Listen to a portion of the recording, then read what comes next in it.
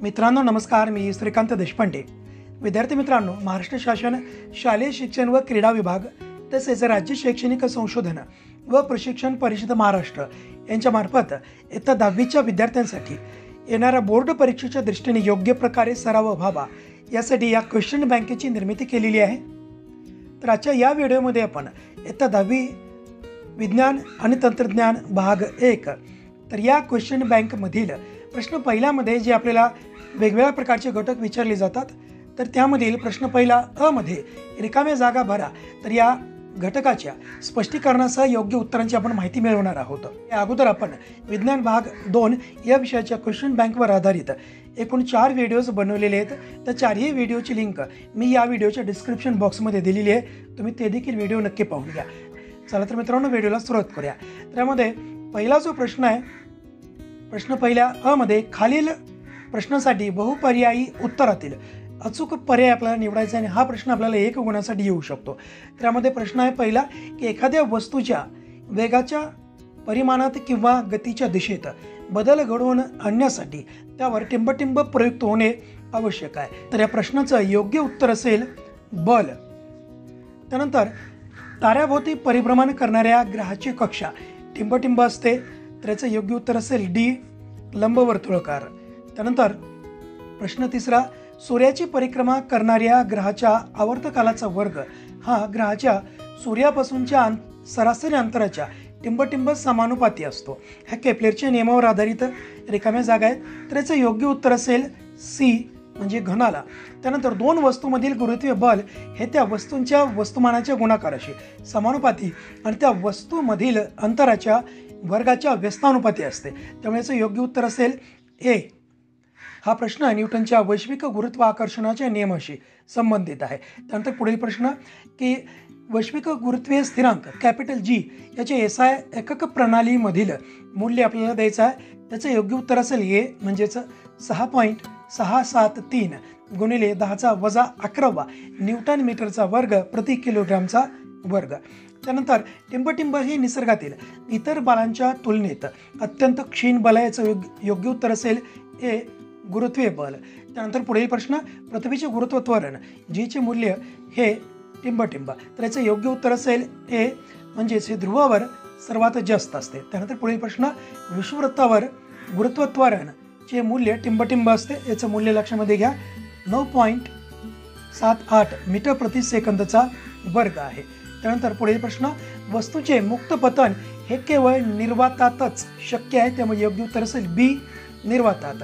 त्यानंतर पुढील प्रश्न, कोणत्याही वस्तूचे चंद्रावरील वजन पृथ्वीवरील वजनाच्या जवळजवळ 1/6 असते, म्हणजे याचं योग्य उत्तर असेल ए 1/6.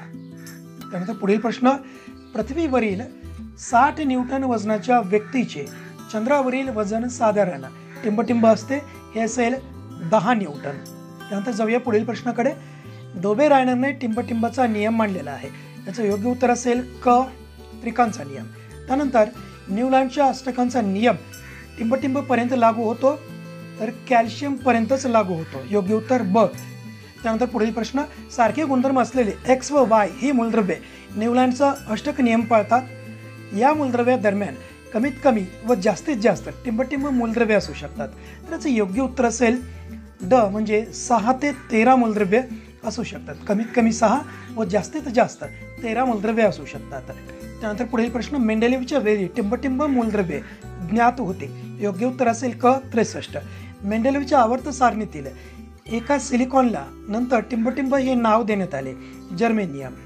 त्यानंतर आधुनिक आवर्त सारणीतील गण व आवर्त यांची संख्या अनुक्रमे टिंबटिंब अशी असेल, तर या ठिकाणी गणांची संख्या असते 18 व आवर्तांची संख्या असते 7, त्यामुळे योग्य उत्तर आहे क 18,7.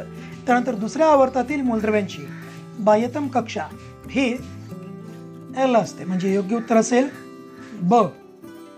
कारण आपल्याला माहीत आहे की भरत जाणारा कक्षा क्रमांक व आवर्तन क्रमांक हा समान असतो, त्यामुळे दुसरा आवर्त व भरत जाणारे कक्षा क्रमांक हा 2 येईल, त्यामुळे पहिली कक्षा के व दुसरी कक्षा एल असेल, त्यामुळे योग्य उत्तर असेल ब एल. त्यानंतर गण 1 व 2 मिळून टिंबटिंब खंड बनतो. तेव्हा आधुनिक आवर्त सारणीच्या डाव्या बाजूला पहिला व दुसरा गण आहे, त्यानुसार या पहिल्या व दुसऱ्या गणाद्वारे योग्य उत्तर असेल म्हणजेच एस खंडाची निर्मिती होत असते. त्यानंतर पुढील प्रश्न, खालीलपैकी कोणत्या अणुअंकाची जोडी एकाच गणात असल्याचे दर्शवते? तर याचे योग्य उत्तर असेल 11,19. 11 हा अणुअंक आहे सोडियमचा आणि त्याच्याच खाली काय असेल, पोटॅशियम असतं, ज्याचा अणुअंक आहे 19. त्यानंतर पुढील प्रश्न, खालीलपैकी कोणत्या मूलद्रव्याची इलेक्ट्रॉन गमावण्याची प्रवृत्ती सर्वात जास्त आहे? इलेक्ट्रॉन गमावण्याची, तर याचं योग्य उत्तर असेल सोडियम.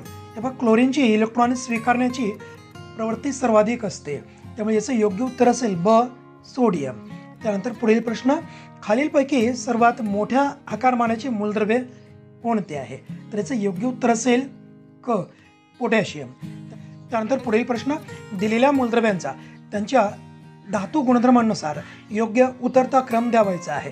म्हणजे सर्वात अगोदर आपल्याला असा मूलद्रव्य घ्यावा लागेल की ज्याचं धातू गुणधर्म हे सर्वाधिक जास्त असेल व शेवटी असं मूलद्रव्य निवडावं लागेल की ज्याचा धातू गुणधर्म हा कमी असतो. म्हणजे या ठिकाणी क्लोरीन आहे, ज्याचा अधातू गुणधर्म हा सर्वाधिक जास्त आहे, त्यामुळे याचं योग्य उत्तर असेल त्यानंतर जाऊया पुढील प्रश्नाकडे.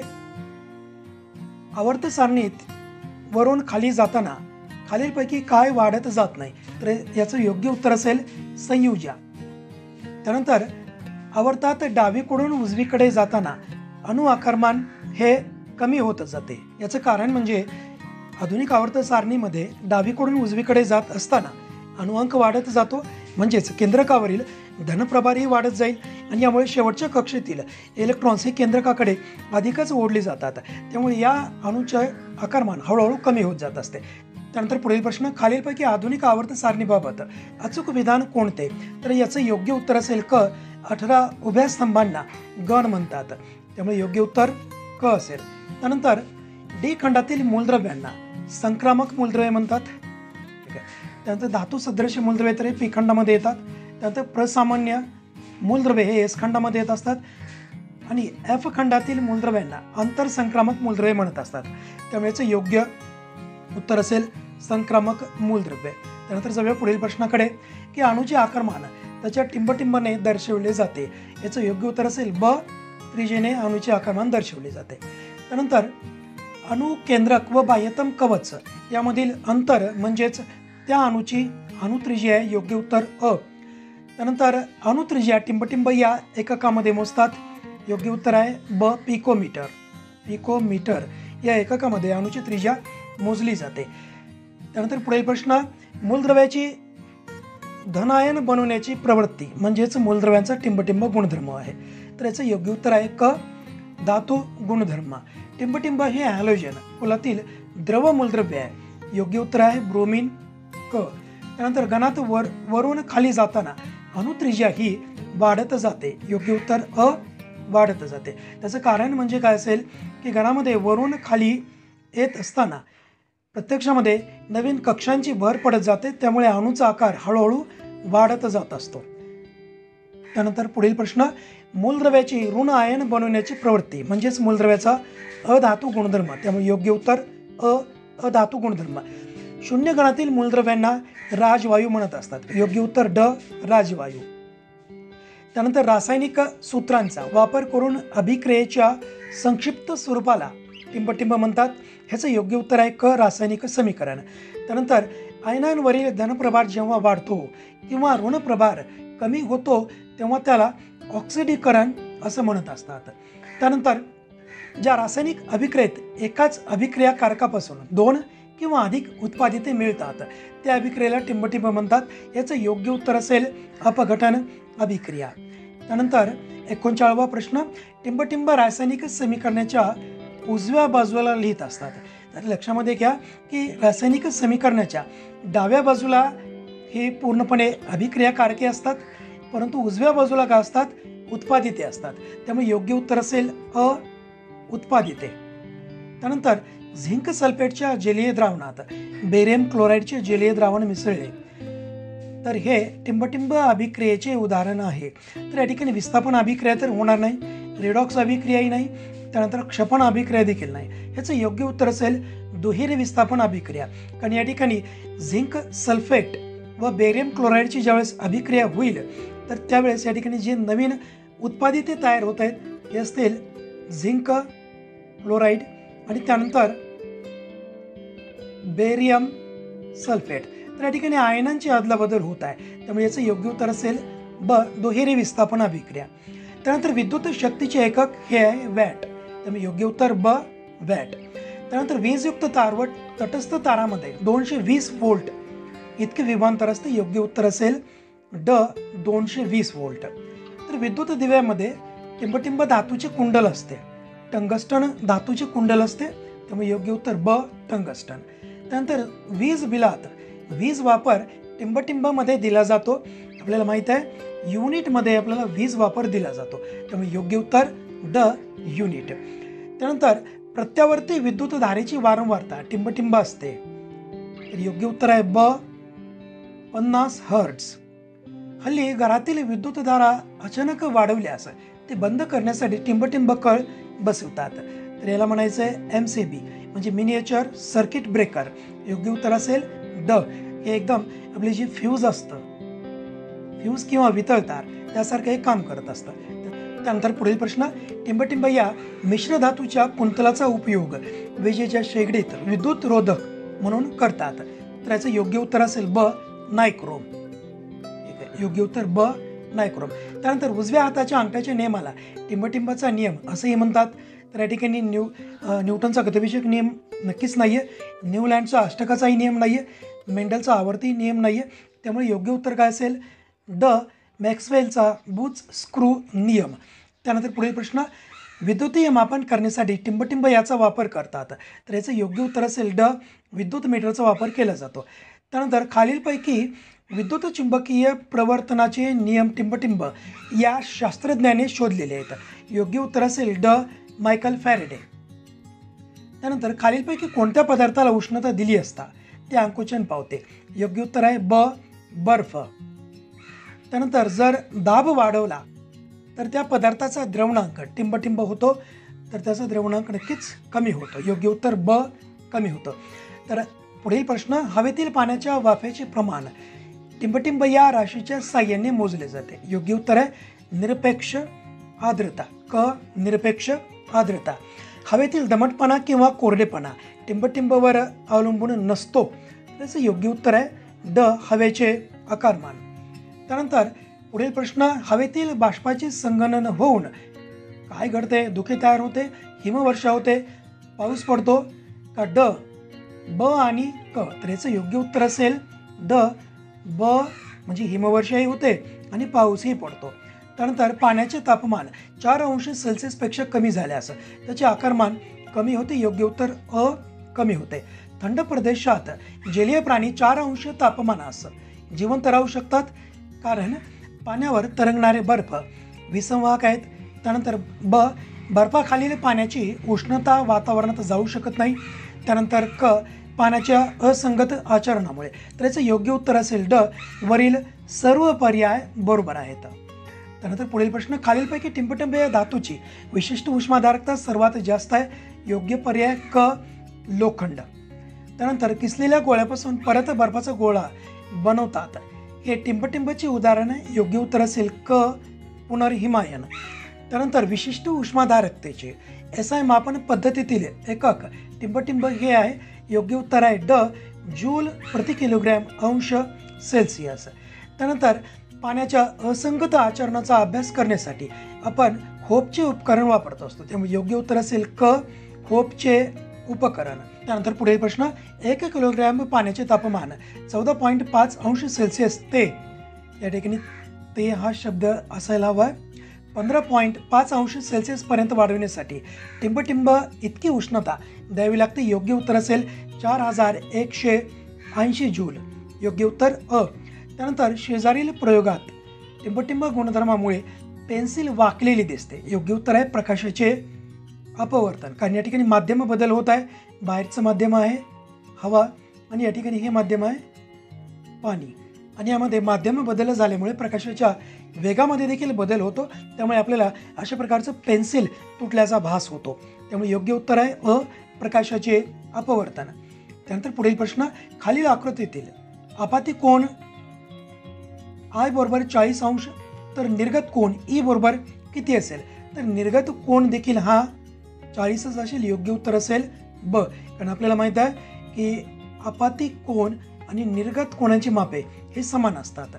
त्यानंतर एक प्रकाश किरण काचेच्या चिपेच्या पृष्ठभागाशी 40 अंशाचा कोन करत असेल तर त्याचा आपाती कोन टिंबटिंब अंश असेल.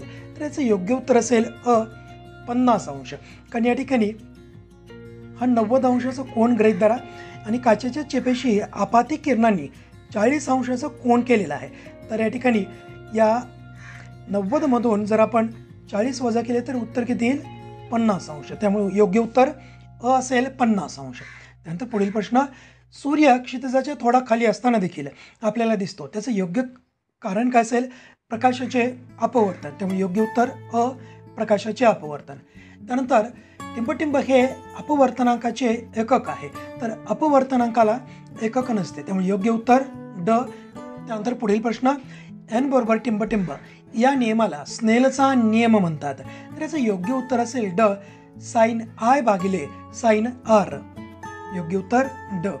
त्यानंतर सुरक्षा वाहतुकीकरिता विविध रंगाचे दिवे किंवा बल्ब सिग्नल म्हणून वापरतात. यातील तांबड्या रंगाच्या प्रकाशाची तरंगलांबी टिंबटिंब नॅनोमीटर इतकी असते. तर याचं योग्य उत्तर असेल ड 700 नॅनोमीटर. आणि सर्वात कमी असते ती म्हणजे जांभळ्या रंगाची. ती किती असेल? ती असेल 400 नॅनोमीटर. तर याचं योग्य उत्तर आहे ड 700 नॅनोमीटर.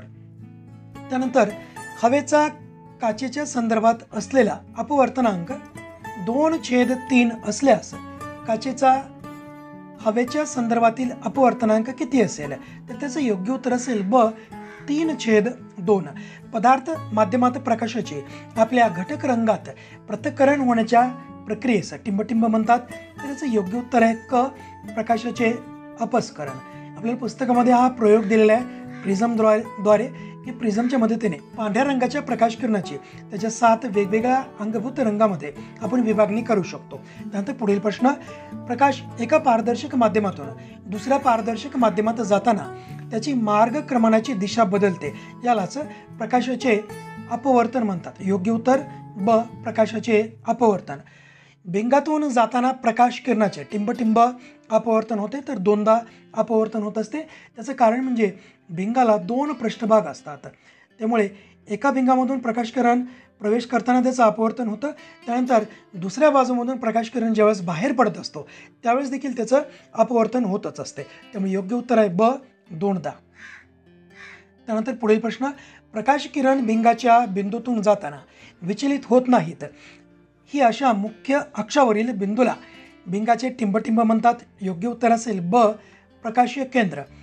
त्यानंतर पुढील प्रश्न, टिंबटिंब दरम्यान एखादी वस्तू ठेवली असताना बहिर्गोल भिंगातून मिळणारी प्रतिमा ही आभासी स्वरूपाची असते. ह्याचं योग्य उत्तर आहे ड नाभी F1 व प्रकाशी मध्य O यांच्या दरम्यान जर वस्तू असेल तर त्या बहिर्गोल भिंगाद्वारे मिळणारी जी प्रतिमा आहे ही आभासी रूपाची असते. त्यानंतर पुढील प्रश्न, बहिर्गोल भिंगाच्या 2F1 वर एखादी वस्तू ठेवली असता त्याची प्रतिमा टिंबटिंबावर भेटते. योग्य उत्तर आहे ब 2F2 वर ती प्रतिमा मिळत असते. त्यानंतर मुख्य अक्षाला समांतर असणारी सर्व अंतरे टिंबटिंबापासून मोजतात. योग्य उत्तर आहे अ प्रकाशीय मध्यापासून. आता या भिंगासाठी आवश्यक असणारे जे चिन्ह संकेत आहेत तर त्या चिन्ह संकेतामधील हा पहिला नियम आहे मित्रांनो. त्यानंतर बुबुळाच्या मध्यभागी बदलत्या व्यासाचे एक छोटेसे छिद्र असते, त्यालाच डोळ्याची बाहुली म्हणतात. योग्य उत्तर आहे ड. त्यानंतर निरोगी मानवी डोळ्यासाठी निकट बिंदू डोळ्यापासून टिंबटिंब अंतरावर असतो. योग्य उत्तर आहे क 25 सेंटीमीटर. त्यानंतर पुढील प्रश्न, टिंबटिंब भिंग नेहमी आभासी व खूपच छोटी प्रतिमा तयार करतात. योग्य उत्तर आहे क द्विअंतर्वक्र भिंग.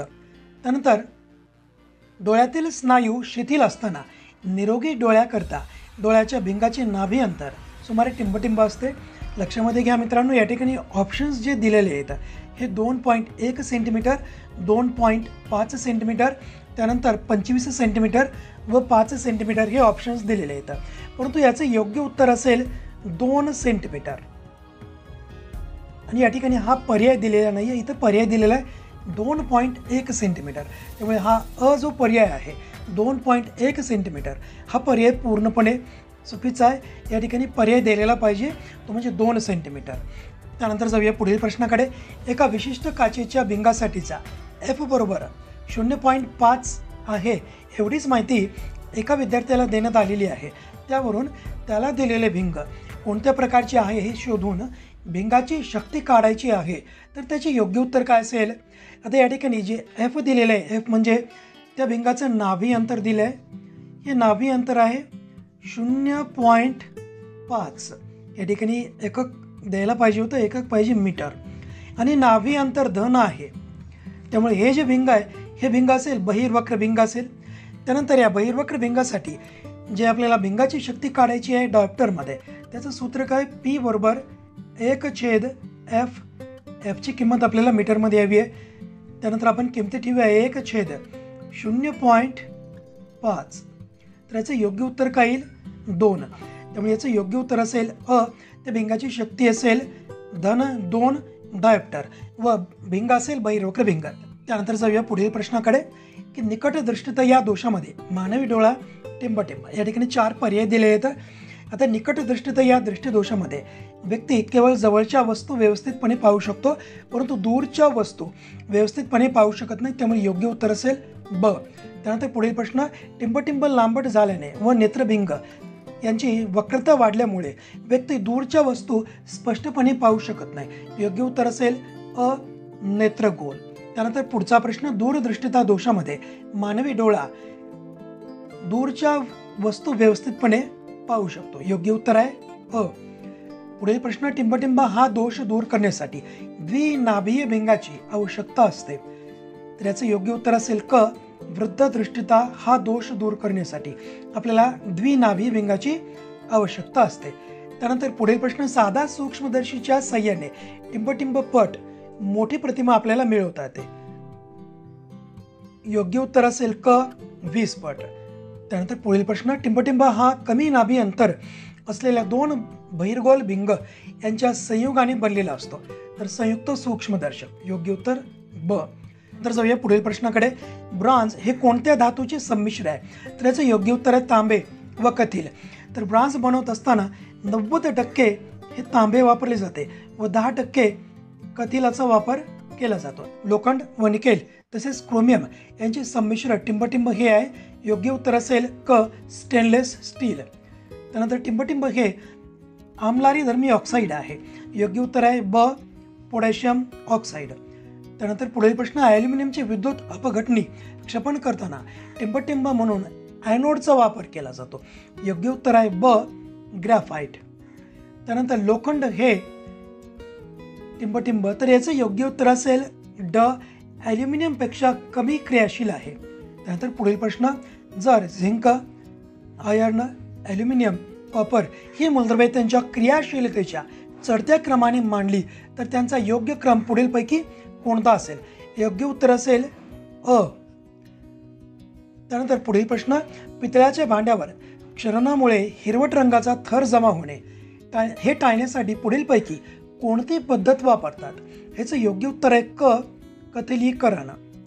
त्यानंतर विल्फ्ली टेबल पद्धतीत मृदा अशुद्धी वेगळ्या करण्यासाठी टिंबटिंब पद्धत वापरतात। योग्य पद्धत योग्य उत्तर आहे ते म्हणजे ड गुरुत्वीय।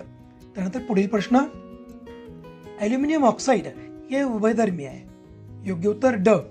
त्यानंतर ॲल्युमिनियमचा अणुक्रमांक टिंबटिंब असून त्याचे इलेक्ट्रॉन स्वरूपन टिंबटिंब इतके आहे। याचं योग्य उत्तर असेल अ। अणुक्रमांक आहे 13 आणि इलेक्ट्रॉन स्वरूपन येईल 2,8,3। त्यामुळे योग्य उत्तर अ। त्यानंतर पुढील प्रश्न, झिंक ब्लेंडचे रेणुसूत्र टिंबटिंब हे आहे। तर याचं योग्य उत्तर असेल ब ZnS। त्यानंतर मध्यम अभिक्रियाशील धातूंचे निष्कर्षण टिंबटिंब व टिंबटिंब या 2 पद्धतीने करतात। योग्य उत्तर असेल अ भाजणे व निस्तापन। त्यानंतर चांदीचे क्षरण झाल्यामुळे काळ्या रंगाचा टिंबटिंबाचा थर जमा होत असतो। योग्य उत्तर आहे क सिल्वर सल्फाइड। त्यानंतर पुढील प्रश्न, लोखंड व स्टीलचे क्षरण रोखण्यासाठी टिंबटिंब ही पद्धत वापरतात। योग्य उत्तर आहे ड जस्त विलेपन। आम्लराज तयार करताना सहत हायड्रोक्लोरिक आम्ल व नायट्रिक आम्ल हे एकमेकांमध्ये मिसळले जाते व त्यानंतर आम्लराजाची निर्मिती होत असते. त्यामुळे इथे योग्य उत्तर आहे ब, नायट्रिक आम्ल. पुढील प्रश्न, एक धातू दुसऱ्या धातूवर आदळल्यास आवाज निर्माण होतो, या गुणधर्माला म्हणायचं आहे नादमयता. योग्य उत्तर असेल क, नादमयता. त्यानंतर पुढील प्रश्न, टिंबटिंब हा अधातू कक्ष तापमानाला द्रव अवस्थेमध्ये देखील असतो. योग्य उत्तर आहे ब्रोमीन, ब. त्यानंतर विद्युतदृष्ट्या आयनिक संयुगे टिंबटिंब असतात. योग्य उत्तर क, उदासीन असतात. त्यानंतर टिंबटिंब हा उष्णतेचा सुवाहक तर विद्युत धारेचा दुर्वाहक असतो. योग्य उत्तर ब, हिरा. त्यानंतर पुढील प्रश्न, टिंबटिंब हा सर्वात कमी क्रियाशील धातू आहे, तर याचं योग्य उत्तर आहे ड, सोने.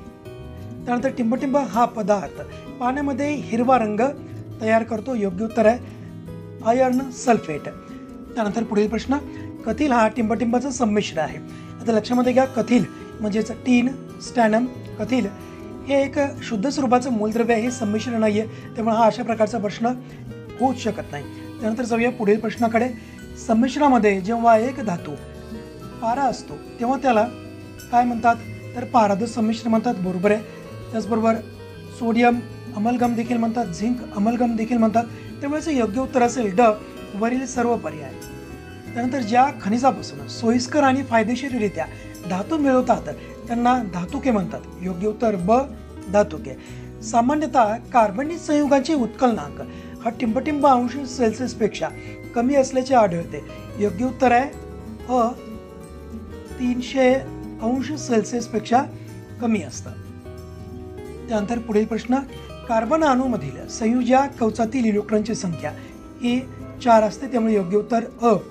ऑक्सिजनच्या 2 अणूमध्ये बंध प्रकार हा टिंबटिंब असतो. योग्य उत्तर आहे दुहेरी सहसंयोज म्हणतात किंवा दुहेरी असतो. कार्बनी संयुगाचे रेणू वस्तुमान याची व्याप्ती टिंबटिंब पर्यंत पसरलेली आहे. योग्य उत्तर आहे 1012. म्हणजे योग्य उत्तर अ, 1012. त्यानंतर पुढील प्रश्न, कार्बन कार्बन दुहेरी बंध असलेल्या असंपृक्त हायड्रोकार्बन यांना अल्किन म्हणतात. योग्य उत्तर अ, अल्किन. त्यानंतर पुढील प्रश्न, ज्यांच्या संरचनेमध्ये कार्बन कार्बन तिहेरी बंध असतो अशा असंपृक्त हायड्रोकार्बन यांना अल्काईन म्हणतात. योग्य उत्तर क. त्यानंतर पुढील प्रश्न, भिन्न रचना सूत्रे असणाऱ्या संयुगाचे रेणुसूत्र जेव्हा एकच असते तेव्हा या घटनेला रचना समघटकता असे म्हणतात, त्यामुळे योग्य उत्तर असेल अ. त्यानंतर पुढील प्रश्नाकडे जाऊया. पुढील हायड्रोकार्बन मधील टिंबटिंब वलयांकित हायड्रोकार्बन आहे. योग्य उत्तर आहे क, बेन्झिन. त्यानंतर कोणत्याही समजातीय श्रेणीमध्ये लांबीच्या चढत्या क्रमाने जाताना सदस्यांच्या रेणू वस्तुमानामध्ये टिंबटिंब इतकी वाढ होत असते. योग्य उत्तर आहे अ, 14. त्यानंतर पुढील प्रश्न, अल्कायनांच्या समजातीय श्रेणीसाठी सामान्य रेणुसूत्र टिंबटिंब हे असते. ह्याचं योग्य उत्तर आहे क, CnH2n-2. त्यानंतर पुढील प्रश्न, LPG मध्ये टिंबटिंब हा एक ज्वलनशील घटक असतो. योग्य उत्तर आहे अ, मिथेन. त्यानंतर पुढील प्रश्न, इथेनॉल कक्ष तापमानाला टिंबटिंब अवस्थेत असतो. योग्य उत्तर ड, द्रव. त्यानंतर टिंबटिंबला सामान्यतः स्पिरिट म्हणतात. योग्य उत्तर ब, इथेनॉल. म्हणजे इथेनॉललाच सामान्यपणे स्पिरिट देखील म्हणतात. त्यानंतर पुढील प्रश्न, टिंबटिंबमुळे घर बसल्या जगभरामधील घडामोडींची माहिती आपण प्राप्त करू शकतो. याचं योग्य उत्तर असेल कृत्रिम उपग्रह. सर्वप्रथम चंद्रावर पाऊल ठेवणारी व्यक्ती ही नील आर्मस्ट्रॉंग ही आहे, त्यामुळे योग्य उत्तर अ किंवा ए. त्यानंतर पहिला कृत्रिम उपग्रह टिंबटिंब हा रशियाने अवकाशामध्ये पाठवला, तर त्या उपग्रहाचं नाव आहे स्पुटनिक. योग्य उत्तर सी. त्यानंतर पुढील प्रश्न, एखादे यान अंतराळात प्रवासासाठी पाठवायचे असल्यास प्रक्षेपकाची गती कमीत कमी टिंबटिंब असणे आवश्यक आहे. तर या ठिकाणी त्याचा मुक्त वेग हा किती असला पाहिजे, तर 11.2 किलोमीटर प्रति तास. त्यामुळे योग्य उत्तर असेल ए. त्यानंतर जाऊया पुढील प्रश्नाकडे. पुण्यातील COEP या संस्थेमार्फत विद्यार्थ्यांनी एक लहान उपग्रह टिंबटिंब इस्रो मार्फत 2016ला अवकाशामध्ये पाठवलेलं आहे. तर त्या लहानशा छोट्याशा उपग्रहाचं नाव आपल्याला सांगायचं आहे, तर त्याचे नाव असेल स्वयं. त्यामुळे या प्रश्नाचे योग्य उत्तर असेल सी, स्वयं. त्यानंतर शेवटचा प्रश्न, सूर्यमालिकेतील आपल्या सर्वात जवळचा घटक टिंबटिंब हा आहे. योग्य उत्तर असेल चंद्र. तर विद्यार्थी मित्रांनो, अशा प्रकारे आपण विज्ञान भाग 1 मधील जो क्वेश्चन बँकमधील पहिल्या प्रश्नामध्ये जे काही घटक दिलेले आहेत त्या सर्व प्रश्नांची माहिती आपण योग्य स्पष्टीकरणासह अभ्यासलेले. त्यानंतर येणाऱ्या पुढील व्हिडिओमध्ये आपण या क्वेश्चन बँकमधील पुढील घटकांची माहिती घेणार आहोत. तर अशाच प्रकारचे वेगवेगळे व्हिडिओज मिळवण्यासाठी नक्कीच माझ्या चॅनलला सबस्क्राईब करा. धन्यवाद.